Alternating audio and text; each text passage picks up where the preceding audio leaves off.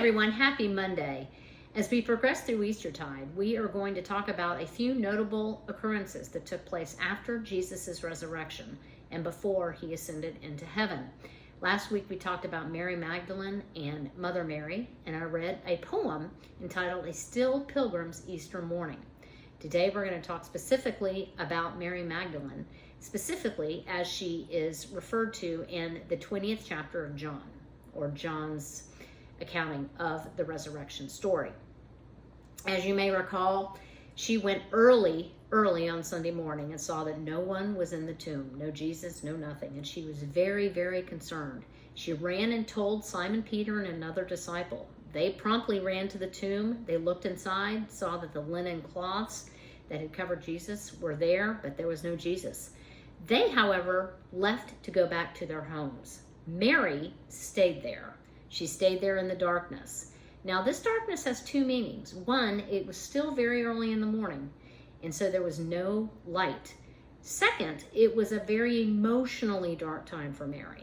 She went and saw that Jesus was not there. She obviously expected him to be there, so she was scared. She had no idea where he was, who took him. She was very, very confused. Now, you will also recall that a gentleman came up to her and said, "Woman, why are you crying? What is it you are looking for?" Now, Mary did not recognize Jesus. She mistook him for the gardener. Again, most likely because there was no light to aid her in her ability to see. He called out her name, much like he did the other time Mary met Jesus. And she was most relieved and overjoyed to find out that indeed Jesus was there. He was not gone. He had risen from the dead. The good news from the story is that Jesus often does his very best work in the dark. And if we're not careful, we will miss it. Now, if Mary had gone the way of those disciples, had gone back to a home, she would have missed it too.